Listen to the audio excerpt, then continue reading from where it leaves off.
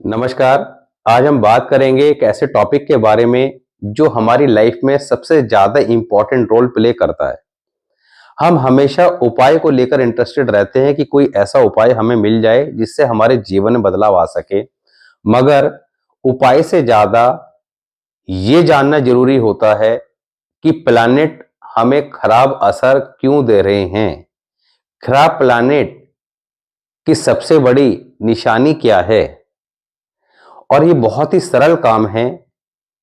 अभी उसको कैसे आप अपनी कुंडली के अकॉर्डिंग समझ सकते हैं, उसकी बात करेंगे।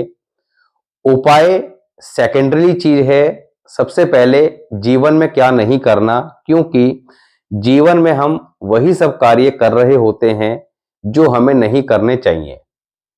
इसको आप ऐसे समझिए कि प्लैनेट हमें कुछ एडवाइस देते हैं कि हमें ये काम नहीं करने हमारी हॉरोस्कोप के अकॉर्डिंग, बट होता इसका उल्टा है। जो नहीं करने चाहिए वही काम व्यक्ति जीवन में स्पेशली कर रहा होता है। और ये सारी बातें डेली जब लोगों से लगातार बातें होती हैं तो उस समय सामने निकल के आती हैं कि yes, they are doing such kind of job. तो प्रॉब्लम का जो सबसे बड़ा कारण है वो यही सारी चीजें हैं। अब इसके बारे में हम बहुत ज्यादा डिटेल में ना जाके शॉर्ट में बात करेंगे, क्योंकि डिटेल में जाके आपको समझना है तो कैसे समझना है उसको ही बताएंगे। तो हमारे जो 9 प्लैनेट हैं, नॉर्मली 9 प्लैनेट के अंदर Jupiter, sun, moon, Venus, Mercury, Saturn, Rahu, Ketu ये सारे आते हैं। और जिस टॉपिक पे आज बात करेंगे उस टॉपिक को प्रैक्टिकली एक होरोस्कोप में लगा के देखेंगे कि जो बातें अभी करी हैं वो होरोस्कोप के अकॉर्डिंग कैसे अप्लाई करनी है, क्योंकि सारी चीजें हर व्यक्ति के लिए अप्लाई नहीं होंगी। मगर अगर आप सारी चीजें समझ लेंगे तो आपकी परिवार में जितनी होरोस्कोप हैं सारी डिफरेंट होंगी, तो सब पे कुछ ना कुछ अप्लाई होगा। तो सब अपने अपने पॉइंट पकड़ लें कि मुझे ये काम नहीं करने हैं, और जितना जल्दी समझ लें उतना अच्छा है, क्योंकि वो जीवन भर नहीं तो दुख देंगे देंगे। लगन कुंडली के अनुसार जब हम बात करते हैं तो हमें यह पता होना चाहिए कि यह हमारी कुंडली का फर्स्ट हाउस है। यहां पे राशि कोई भी लिखी हो, हाउस फर्स्ट ही आएगा। ये बातें इसलिए रिपीट कर रहे हैं कि जो लोग ज्यादा जानकारी नहीं रखते या फर्स्ट टाइम अगर इन चीजों को समझने का प्रयास कर रहे हैं तो उनको इजीली समझ में आ जाए कि दैट इज लगना कुंडली का first house, second house, third house, fourth house, fifth house, sixth house, seventh, eight, 9, 10, 11, 12, इस क्रम में कुंडली के 12 भाव हैं। तो जब हम बात करेंगे हाउसेस की तो आप समझ जाइएगा कुंडली के किस हाउस के बारे में बात हो रही है। तो यहां पर हम बात करते हैं, जैसे कि सबसे इंपॉर्टेंट प्लैनेट आपको बताया गया हॉरोस्कोप में कौन सा होता है? Jupiter. Why Jupiter? Brihaspati Dev. क्योंकि लगभग 80 to 85% लोगों की हॉरोस्कोप में परेशानी का कारण जुपिटर ही होता है।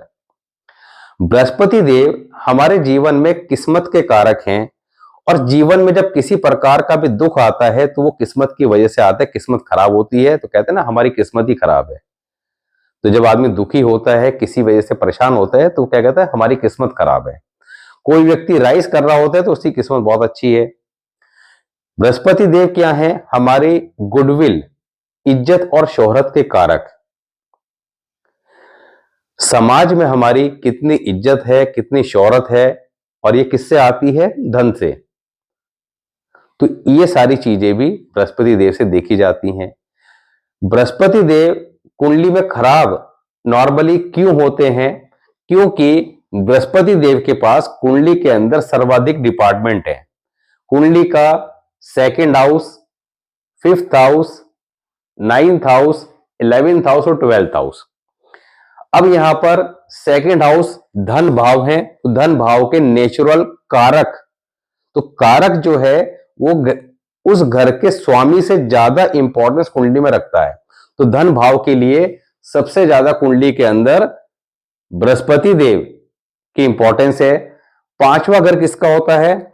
संतान का, शिक्षा का, एजुकेशन का, और साथ ही हमारे जीवन के अंदर जितने भी हम गैम्बलिंग या शेयर मार्केट के काम करते हैं, आजकल बहुत लोग करते हैं, वही पांचवें घर से देखा जाता है।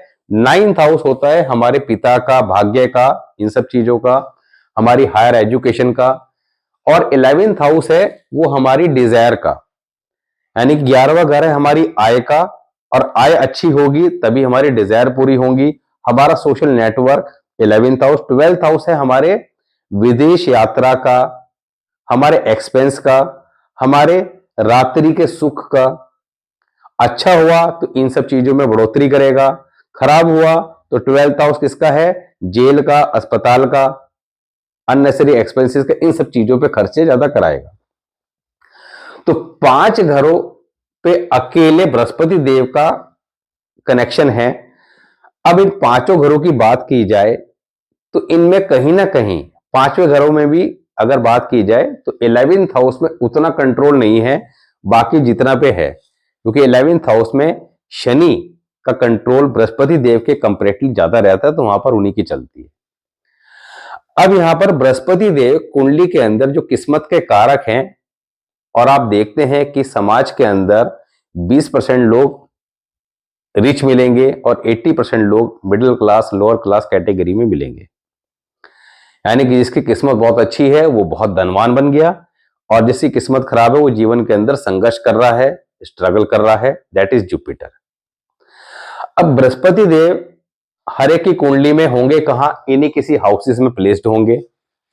बृहस्पति देव कुंडली के अंदर देखने में अच्छे दिखाई दे रहे हैं, मगर वो खराब पोजीशन में बैठे हैं, इसका हमें पता ही नहीं है कि हमारा बृहस्पति उच्च का है, बड़े खुश हो रहे हैं, मगर जीवन में दिया कुछ नहीं। क्यों? तो यहां पर अभी बृहस्पति देव का आपको जस्ट फॉर एग्जांपल दिया है, तो यहां पर हमें चीजों को समझना कैसे है कि मान लिया हमें कुंडली देखनी नहीं आती, मगर सिंपल समझना है कि सबसे पहले अपनी कुंडली के अंदर जुपिटर को ठीक करना है। बृहस्पति देव जब कुंडली में किसी के भी खराब होंगे तो अपना नेगेटिव इंपैक्ट किसके थ्रू देंगे? सैटर्न। सैटर्न क्या है? दुख का देवता। तो उसका काम है जीवन में दुख देना। किस्मत खराब हो गई, अपना नेगेटिव, और अपना अच्छा असर स्वयं देंगे। बृहस्पति देव के अच्छे या खराब होने की बिना कुंडली देखे आप सिंपली कैसे आइडेंटिफाई करेंगे कि बृहस्पति देव जिस व्यक्ति की कुंडली में मजबूत होंगे, अच्छे होंगे, जहां तक की किस्मत अच्छी होंगी, और उस किस्मत का आइडिया आप किसी बच्चे की अगर बात करें तो किस्मत का पता तो बाद में लगेगा, मगर पहले कैसे आइडिया लगा लें? घर के बुजुर्ग, पिता, दादा, अगर वो खराब कंडीशन में हैं, जीवन के अंदर स्ट्रगल कर रहे हैं, जीवन के अंदर कोई सुख चैन आराम नहीं था उनके, कोई ना कोई परेशानी लगी रही, दैट इज कि जुपिटर जो है वो उस बच्चे की या जातक की कुंडली में वीक है। बाप दादा अगर अच्छे नामी ग्रामी थे, अच्छे धन दौलत उन्होंने जीवन में कमाई, तो यानी कि आपका जुपिटर कुंडली के अंदर अच्छा है। ये सिंपल से इंडिकेशन है। मगर यहां पर बात यह आती है कि वो और किसी रीजन से खराब हो रहा है, अच्छा हो रहा है, जो भी है, या अच्छा या खराब है जो भी है, मगर अगर इसको और अच्छा किया जाए तो कैसे किया जाए? तो उपाय जो है वो दैट इज सेकेंडरी चीज। उपाय अपना काम करेंगे, मगर हम केवल इस बात को समझ लें कि क्या करना है क्या नहीं करना है। तो जुपिटर क्या है? घर के बुजुर्ग, तो उनकी सेवा करनी है। जुपिटर क्या है? आपके गुरु, तो अपने शिक्षकों का मान सम्मान करना है। जुपिटर क्या है? धर्म, तो धर्म की पालना करी है। ईश्वर ने आपको जिस भी धर्म में भेजा है उस धर्म की पालना करनी है। बहुत सारे लोग जब कंसल्टेशन लेते हैं तो दे आर फ्रॉम मुस्लिम धर्मा, तो वो लोग कहते हैं कि हम मंदिर जाते हैं, मंदिर, स्टॉप ऑल दिस थिंग, आपको नहीं करना है। ईश्वर ने आपको अगर मुस्लिम धर्म में पैदा किया है तो आपको अपने धर्म की ही पालना करनी है। आपको जो रेमेडी करनी है वहां जाके करनी है। आई नेवर एडवाइज कि वो आप हिंदू धर्म में वहां मंदिर में चले जाएं, वहां पे जाकर ये कराएं, घंटी बजाएं, नो नेवर। तो जो भी कोई व्यक्ति किसी भी धर्म का है उसको अपने धर्म की पालना करनी है, नंबर 1। और बड़े बुजुर्गों का आशीर्वाद लेना है, उनका मान सम्मान करना है, टेक केयर करनी है। तो ये तो एक कॉमन सी चीज हो गई जो हमें करनी है। सेकंड, अगर खराब होगा तो यहां पर इसका उल्टा होगा, धर्म की पालना करने वाला नहीं होगा, नास्तिक होगा, अरे कुछ नहीं होता, सब बेकार की चीजें हैं। बड़े बुजुर्गों की टेक केयर नहीं करता होगा, उनसे किसी ना किसी बात पर लड़ाई झगड़ा होता रहेगा। संतान को लेकर जीवन में उनकी चिंता परेशानी की स्थिति बनी रहेगी, संतान कहना नहीं मानेगी, संतान नालायक होगी। तो ये सारे के सारे जुपिटर खराब के लक्षण है। अब किसी का जुपिटर फर्स्ट हाउस में है, तो फर्स्ट हाउस में है, 4 नंबर की राशि में बैठा है, आप कहेंगे तो कर्क का है, उच्च का है, बहुत बढ़िया है, एग्जॉल्टेड है। मगर ऐसा जातक अगर केवल प्रिकॉशन क्या रखनी है कि आपको आपके बच्चे की कुंडली के अंदर जुपिटर को ही देखना है, तो जुपिटर फर्स्ट हाउस में बैठा है, एक्सीलेंट प्लेसमेंट। अगर उसका साइन 4 नंबर है तो बहुत अच्छा है, उच्च का है। अगर मित्र राशि में है, मित्र क्या यानी कि सूर्य मंगल इनकी राशि में है, चंद्रमा की राशि में है, तो बहुत अच्छा है। यही वो आपका शनि शुक्र इनकी राशि में है, बुध की राशि में है, तो वो वीक है। प्लेसमेंट अच्छा है, राशि की वजह से उसकी पावर कम ज्यादा हो जाएगी। पावर कम ज्यादा होना और साथ ही उसके किसी हाउस में, यानी कि जो उसके हाउसेस बताया अभी 2, 5, 9, 11, 12, इसमें उसके जितने एनिमी प्लैनेट बैठे होंगे वो उसको उतना ज्यादा वीक करेंगे। प्लेसमेंट अच्छा था मगर वो इतने सारे फैक्टर से वीक हो गया, अब यहां पर वो खराब हो गया, कमजोर हो गया। क्या करेगा? एजुकेशन में प्रॉब्लम पैदा करेगा। ऐसे जातक सिर्फ एक प्रिकॉशन का ध्यान रखे हैं। क्या ध्यान रखना है कि अपनी जीवन के अंदर पढ़ाई में दिक्कत आएगी, मगर किसी ना किसी तरह पढ़ाई पूरी करें, प्रोफेशनल डिग्री हासिल करें और उसके अकॉर्डिंग अपना कैरियर चूज करें। नॉर्मली जुपिटर खराब होगा तो जातक जो पढ़ाई करेगा उससे रिलेटेड काम करेगा नहीं, मगर उसको उसको पकड़ के रखना है, चाहे कम से स्टार्टिंग हो, मगर वो टॉप लेवल पर जरूर पहुंचेगा, क्योंकि जुपिटर क्या है, सभी ग्रहों में सबसे बड़ा ग्रह, तो बड़ा काम करेगा जीवन में, छोटा कुछ करेगा ही नहीं। अगर वो कैरियर जॉब से स्टार्ट करेगा या बिजनेस से स्टार्ट करेगा, वो जो भी योग कुंडली में है, छोटे से स्टार्ट करेगा, टॉप लेवल पर ले जाएगा। यही जुपिटर सेकंड हाउस में बैठा है, तो आपने अकेले जुपिटर को अगर ठीक कर लिया तो बाकी प्लैनेट ऑटोमेटिक कंट्रोल में आ जाएंगे, बिकॉज द जुपिटर इज गुरु, और बाकी गुरु के सब क्या है, शिष्य। तो गुरु अगर मजबूत होगा तो शिष्य कितने भी होशियार क्यों ना हो, गुरु का बेवकूफ नहीं बना पाएंगे। गुरु जानता है कि बाकी जो 8 बचे हैं इनको कैसे कंट्रोल करना है। सेकंड हाउस धन भाव में जुपिटर बैठा है, आप कहेंगे बहुत बढ़िया, एक्सीलेंट। ऐसे जातक पूजा करते समय अगर घंटी बजाएंगे तो जीवन में हमेशा दुखी रहेंगे। तो सिंपल एक बात ध्यान रखनी है कि घंटी नहीं बजानी। थर्ड हाउस में ही जुपिटर है, तो ऐसे जातक दोस्तों के दोस्त, दुश्मनों के दुश्मन, वेरी फोकस्ड अप्रोच, बहुत बढ़िया। मगर जातक के घर में टूटे खिलौने और ब्रोकन अम्ब्रेला रखा होगा, जो कि नहीं रखना। यही सेम कंडीशन फोर्थ हाउस के जुपिटर की है। फोर्थ हाउस में बैठा होगा तो ब्रोकन अम्ब्रेला घर में जरूर रखा होगा, हटा दो। और पीपल पे डेली जल चढ़ाओ, संडे को छोड़कर। जुपिटर कितना भी खराब हो, ग्रेजुअली जब आप ये काम करेंगे तो दैट इज वेरी सिंपल, ये कोई स्पेशल रेमेडी नहीं है, it is standard remedy, but आप इसको लगातार फॉलो करेंगे तो डेफिनेटली ये आपका पावरफुल हो जाएगा। फोर्थ हाउस में जुपिटर बैठा होगा तो एक स्पेशलिटी क्या होगी कि जातक जो पढ़ाई करेगा उससे रिलेटेड काम करेगा नहीं, ये भी समस्या है। 5वें घर में जुपिटर होगा तो ऐसे जातक मंदिर जाना, धर्म स्थान का प्रसाद खाना, मन्नतें मांगना पसंद करते हैं। मगर इनको बाकी सारे काम ठीक है, मंदिर जाना वो डिपेंड करता है चार्ट पे कि 8-12 के अंदर एनिमी प्लैनेट है तो देखना है कि मंदिर जाना है, नहीं जाना है, अदरवाइज जा सकते हैं। मगर मंदिर जाना तो चलो ठीक है, मगर मंदिर का प्रसाद नहीं खाना, जितना प्रसाद खाएंगे उतने फाइनेंशियल क्राइसिस आएंगे। जुपिटर 5th हाउस में है तो जातक का भाग्योदय कब होगा, बेटे की पैदाइश के बाद, और इनके बेटा आसानी से होता नहीं है। तो इनको क्या करना चाहिए कि सिंपली जितना जल्दी हो सके समय रहते शादी करें, और बेटे की पैदाइश जैसी होगी वैसे ही इनका भाग्योदय हो जाएगा, उसके बाद ही जीवन में मुड़ के नहीं देखते। 6th हाउस में ही जुपिटर आ जाएगा तो क्या करेगा, जीवन में एक बार बदनामगी कराएगा।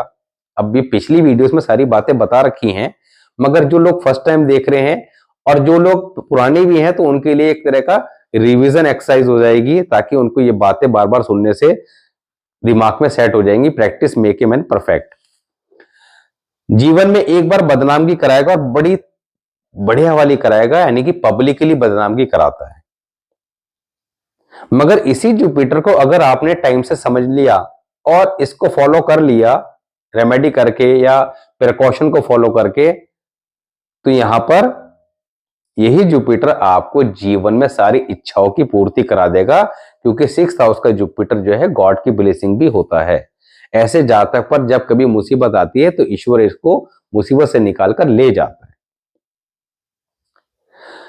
क्या करना है, माथे पर हल्दी केसर का तिलक लगाए, पीपल पर जल दे और स्ट्रीट डॉग की यथासंभव सेवा करे। अब इट इज वेरी सिंपल काम, स्ट्रीट डॉग सब जगह मिलते हैं, खूब सेवा करो। वो खराब कितना भी होगा ऑटोमेटिक अच्छा होता लगेगा। तो आपको सिंपल पता लग गया कि मेरा जुपिटर इनमें से यहां है तो ये काम नहीं करने। जुपिटर 7th हाउस, तो जातक जो है क्या करे, घर में मंदिर ना रखे। मंदिर से मतलब ये नहीं है कि पूजा पाठ ही ना करे, पूजा पाठ घर के अंदर सिंपल धूप बत्ती जलाए, भगवान की फोटो लगाए, करे बस। जबकि इनके यहां होता उल्टा है, प्रॉपर बढ़िया मंदिर मिलेगा, खूब बढ़िया बढ़िया मूर्ति रखी होंगी और खूब पूजा पाठ करते होंगे, 2-2 घंटे पूजा पाठ करेगा। नहीं करना है। It is the symptoms of bad Jupiter. And इनको कभी कपड़े डोनेट नहीं करने। 8th हाउस में जुपिटर है तो इनको क्या करना है, इसमें भी गॉड का आशीर्वाद होता है, गॉड की ब्लेसिंग होती है। अगर ये ज्योतिष का काम करते हैं, ये ज्ञान बांटने का काम करते हैं, तो इनको ईश्वर का आशीर्वाद ऑटोमेटिक मिलता चला जाता है, इनको आगे रास्ते अपने आप खुलते चले जाते हैं। 9th हाउस में यही जुपिटर है। अब 8th हाउस वाले जुपिटर एक काम और बढ़िया कर सकते हैं कि इनको किसी शमशान भूमि में पीपल का पेड़ लगा दें बृहस्पतिवार के दिन और उसके कुछ दिन टेक केयर कर लें ताकि वो चल जाए। और वो अगर चलेगा तो समझ लीजिए इनकी किस्मत चल गई। 9th हाउस में जुपिटर है तो सिंपली गंगा जल अपने ऊपर छिड़कते रहें, तो इतना सरल काम है गंगा जल छिड़कना। 10th हाउस में है तो इसको क्या बीमारी होती है, दूसरों का भला करने की, और जितना भला करते रहते हैं उतना दुखी रहते हैं, उसी से बुराई मिलती है। 11th हाउस में जुपिटर है तो यहां पर ऐसे जातक जब तक अपने पिता के साथ रहेगा जीवन में तरक्की करेगा, पिता से दूर जाएगा तो पिता और बेटा दोनों की हालत खराब। केसर का तिलक जरूर लगाएं नियमित रूप से।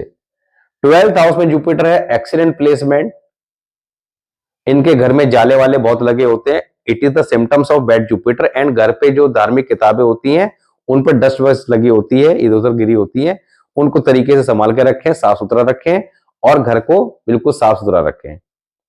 5-7 मिनट का मेडिटेशन जरूर करें, आंख बंद करके ईश्वर को ध्यान करा करें 10 मिनट के लिए। अब ये जुपिटर आपको पता लग गया कुंडली में बैठा है, आपके खुद के है, ये परिवार में किसी के है, या कोई बच्चा है अभी 10-12 साल का, उसके आपने देख लिया अपनी फैमिली में, तो उनको उसके जुपिटर के अकॉर्डिंग आपने सिर्फ 1 या 2 चीजें एडवाइस कर दी। एडवाइस करने से क्या होगा कि वो अच्छा या खराब है आपको नहीं मालूम, क्योंकि आपको प्रॉपर अभी हॉरोस्कोप देखना नहीं आता।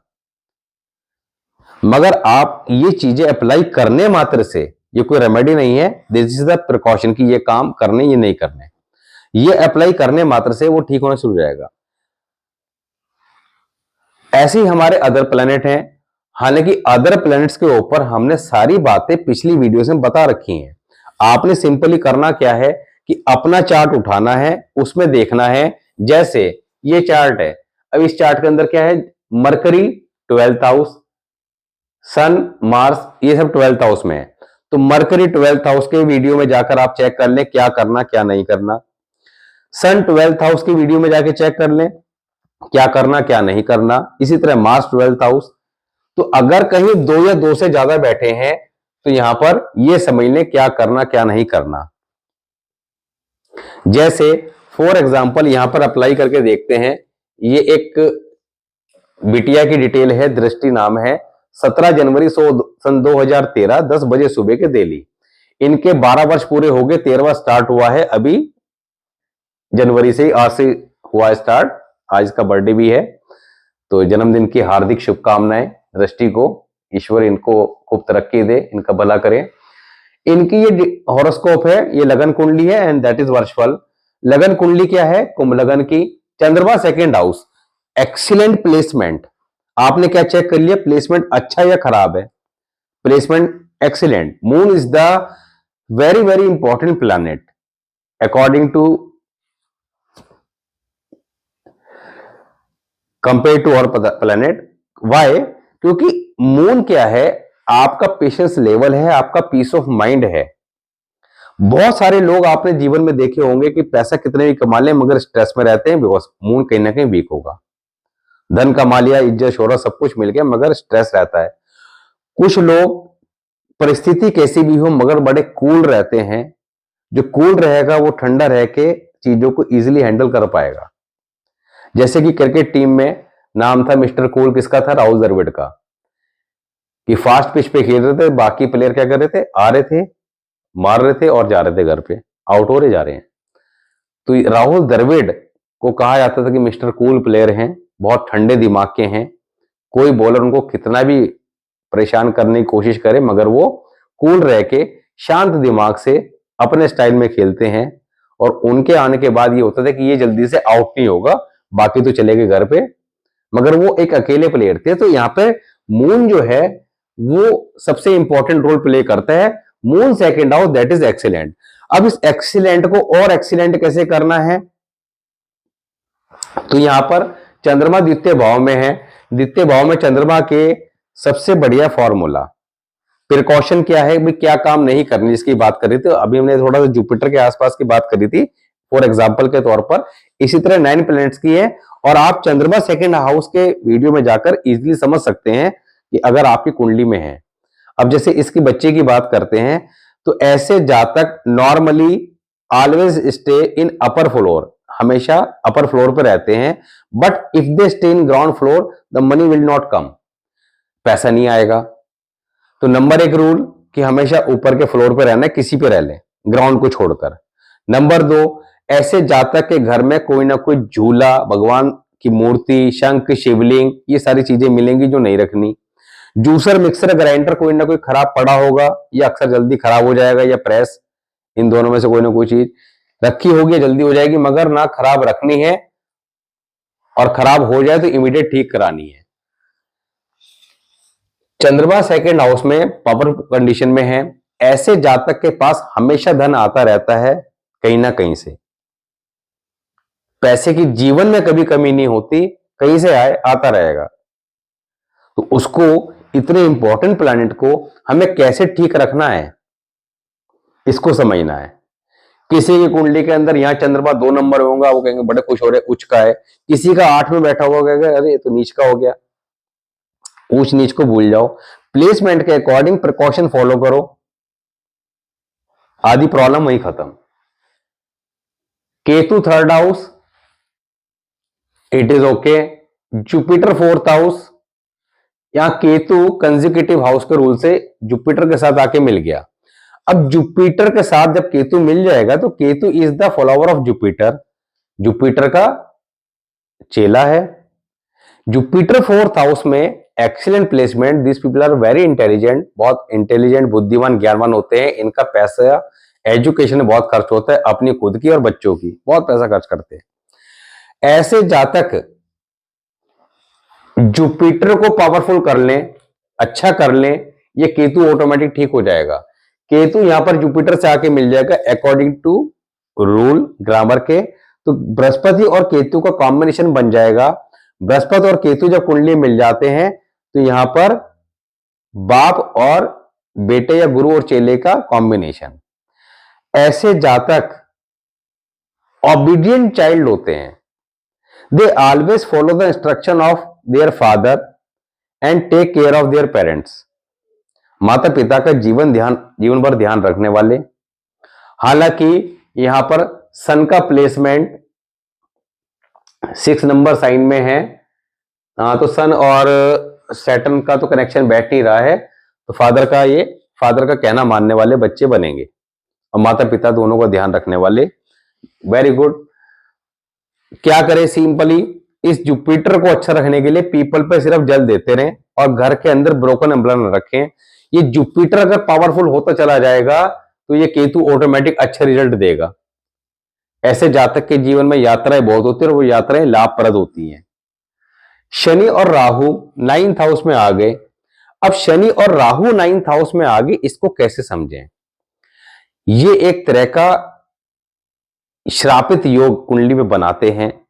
शनि राहु जब कुंडली में आ जाते हैं तो यहां पर कुंडली के अंदर सूर्य और बृहस्पति कहीं भी हो उनको कमजोर कर देते हैं, खराब कर देते हैं।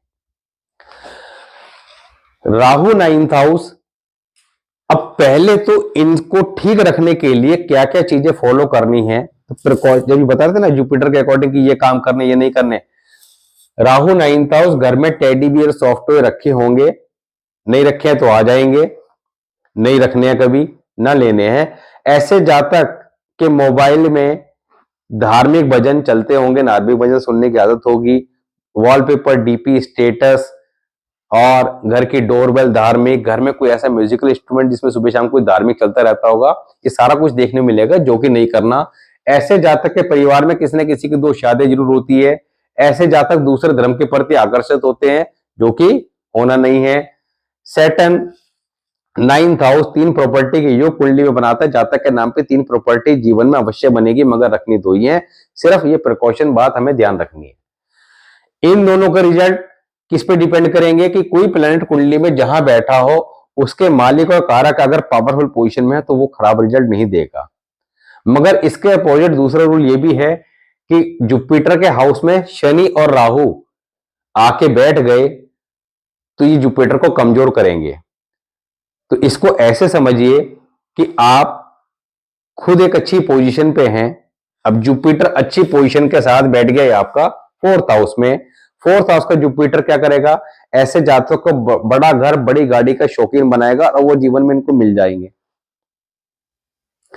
जो कोई जीवन में पढ़ाई करेगा वो उसके काम नहीं आएगी, वो करेगा ही उससे संबंधित काम। ऐसे बच्चे एमबीए करके खाली घूम रहे हैं। ऐसे लोग मैंने देखा है कि विदेश जाकर पढ़ाई करने के बावजूद, प्रोफेशनल डिग्री लेने के बावजूद, मगर उनकी उम्र 35 के आसपास हो चुकी थी, तो जब उनसे पूछा गया, ये नहीं पता था हमें कि भाई ऐसा भी हो सकता है कि इन्होंने क्या करा क्या नहीं, तो जब उनसे पूछा गया कि ऐसे जातक जो पढ़ाई करते हैं उससे संबंधित काम करते नहीं है, तो उन्होंने कहा यस, वो आज की डेट में पैसा कमा रहे थे, ऐसा नहीं है, मगर लाखों रुपया खर्च करके पढ़ाई किसी और विषय की करी थी, काम कुछ और कर रहे थे। ये लोग ज्ञान बांटने के काम, यानी कि ऐसे लोग एक बड़े एस्ट्रोलॉजर भी जीवन में बन सकते हैं। ये योग भी कुंडली में है। ज्ञान बांटने के काम से अच्छा खासा धन प्राप्त करते हैं। शनि राहु यहां पर जो जुपिटर कमजोर करेंगे तो हमें जुपिटर को पावरफुल करते रहना है। इसको पावरफुल करेंगे तो ये ऑटोमेटिक कंट्रोल में रहेंगे। दूसरा, इनके बेड के जो सिम्टम्स हैं, तो जो सामान बताया वो घर में नहीं रखना। टेडी बियर सॉफ्टवेयर कभी जीवन में किसी से गिफ्ट नहीं लेना। शुक्र 11th हाउस, इनके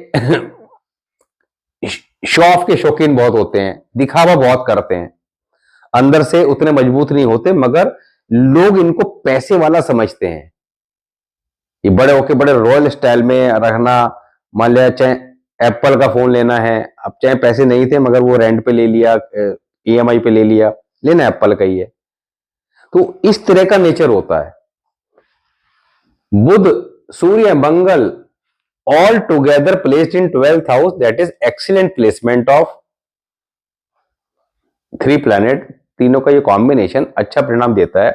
ऐसे जातक एक बार में एक से अधिक काम करने की काबिलियत जीवन में रखते हैं। यहां पर थोड़ा मरकरी 12th हाउस है, तो जातक के स्वभाव के अंदर जिद्दीपना दे देता है। सूर्य मंगल साथ में स्वभाव के अंदर थोड़ा एग्रेशन बढ़ा देता है, गुस्सा बढ़ा देता है, क्योंकि बोथ आर एग्रेसिव प्लैनेट।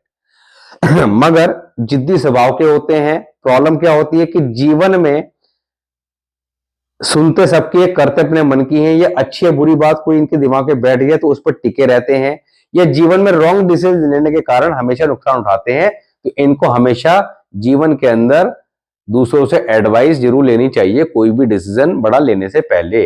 दूसरा, घर की छत पर किसी प्रकार की कोई प्लांटेशन नहीं करनी चाहिए, सिर्फ इस बात का ध्यान रखना है। तो यहां पर प्रिकॉशन की बात थी। रेमेडी की बात करें तो पीपल पे डेली जल चढ़ाते रहे। बच्चा अभी 12 पूरे हुए हैं, 13वां स्टार्ट हुआ है, तो इनका वर्षफल भी एक्टिवेट हो चुका, तो वर्षफल की रेमेडी भी करेंगे। तो इनको डेली गंगा जल अपने ऊपर छिड़कते रहें, माथे पर, कानों पर, गले पे हल्दी केसर का तिलक लगाएं, पीपल पे जल दे, घर में ब्रोकन अम्ब्रेला ना रखें, और साथ ही आपका घर की छत पर किसी प्रकार की प्लांटेशन ना करें। एक चांदी का square piece 1 inch by 1 inch अपने पर्स, पॉकेट या बैग में हमेशा रखें। तो ये सारे काम लगन कुंडली के अनुसार अगर ये अपने जीवन में अप्लाई कर देते हैं तो जीवन के अंदर अच्छा खासा ग्रोथ ले लेंगे, परेशानियों से बच जाएंगे। क्योंकि इनकी एक प्रॉब्लम और भी है। प्रॉब्लम क्या है कि यहां पर 10th हाउस ज्यादा स्ट्रांग है कंपेयर टू 11th हाउस, यानी कि ज्यादा मेहनत करके कम लाभ की इनको जीवन में प्राप्ति होती है। तो ये इनके जीवन में एक बड़ी समस्या बनी रहती है। मगर पैसा इनके पास जुड़ेगा, निश्चित तौर पर जुड़ेगा, कहीं ना कहीं से आता रहेगा, उसकी समस्या नहीं है। तो ये चीजें अप्लाई करने से निश्चित तौर पर ये ग्रोथ लेंगे, क्योंकि ये जो चीजें हैं ये धीरे धीरे काम करती हैं। जितना जल्दी हम इनको समझ लें उतना जल्दी ये काम करना स्टार्ट करेंगी, धीरे धीरे काम करेंगी और लॉन्ग लाइफ उतने ही अच्छे रिजल्ट देंगी। वर्षफल की बात करें तो वर्षफल में सिंपली क्या करना है, इस साल शुक्र इनका 9th हाउस में आया हुआ है। 9th हाउस का शुक्र जो है क्या करेगा, मंगल को खराब करेगा। मंगल आ गया 4th हाउस में, तो स्वभाव के अंदर एग्रेशन, गुस्सा, चिड़चिड़ापन इस साल इनका बढ़ा देगा बच्चे का। करना क्या है, चांदी की 9 कीलें शुक्रवार को किसी नीम के पेड़ में ठोक दें। एक ही बार कर लें, काफी है। हर शुक्रवार दही और कपूर किसी भी क्वांटिटी में मंदिर में देते रहें, बिफोर सनसेट एनी टाइम। दूसरा, 400 ग्राम पताशे हर मंगलवार मंदिर में डोनेट करें और एक लाल कपड़े में सौंफ बांधकर तकिए के नीचे रख लें। 800 ग्राम चने की दाल हर बृहस्पतिवार मंदिर देते रहें। तो ये उपाय इस वर्ष फल के लिए इन्होंने करने हैं। और सोमवार के दिन किसी बच्चों को, यानी कि किड्स जो 10 साल से कम उम्र के बच्चे होते हैं, उनको स्टेशनरी वगैरह की कोई ना कोई आइटम गिफ्ट कर दिया करें, बांट दिया करें। ये भी इनको काफी ज्यादा लाभ देगा। तो ये वर्षफल के उपाय हैं। मगर लगन कुंडली में एक प्रॉब्लम और भी है कि मरकरी 12th हाउस और राहु 9th हाउस एक योग बन जाता है कुंडली के अंदर, जो पहले बताया था, जेल खाना, दवा खाना, पागल खाना। ये कॉम्बिनेशन लगन कुंडली में अगर हो तो जीवन भर दुखी परेशान करता है। क्या करता है, जेल खाना का अर्थ क्या है कि किसी ना किसी कारण कोर्ट कचहरी पुलिस थाने के चक्कर लगवा देगा। दवा खाना का अर्थ है किसी न किसी कारण डॉक्टर अस्पताल के चक्कर लगते रहेंगे। और पागल खाने का अर्थ है मेंटल स्ट्रेस ज्यादा रहना। राहु 9th हाउस में है, 2 शादियां परिवार में किसी न किसी की जरूर देखने को मिलती हैं। अब यहां पर इस कॉम्बिनेशन से बचने के लिए क्या करें कि बच्चा जो है महीने 2 महीने में एक आध बार किसी अस्पताल चले जाए, वहां की कैंटीन से कुछ चाय पानी खा पी ले और वहीं के मेडिकल स्टोर से कोई दवाई का पत्ता वगैरह ले आए। ये काम करता रहे। दूसरा, यह ऐसा बच्चा जो है वकालत के प्रोफेशन में चला जाए, कोर्ट कचहरी पलट के भेजेंगे, हम तो खुद ही जा रहे हैं, तो उससे भी बचाव हो जाता है। तो इस प्रकार इन चीजों को ये अप्लाई करें, इससे इन्हें अवश्य लाभ होगा, शुभ परिणाम मिलेगा। आप लोग अपनी डिटेल डालते रहिए। नया टॉपिक कोई आपके इंटरेस्ट का हो तो उसको आप मेंशन कीजिए। मिलते हैं अगले वीडियो में किसी नए इंटरेस्टिंग टॉपिक के साथ।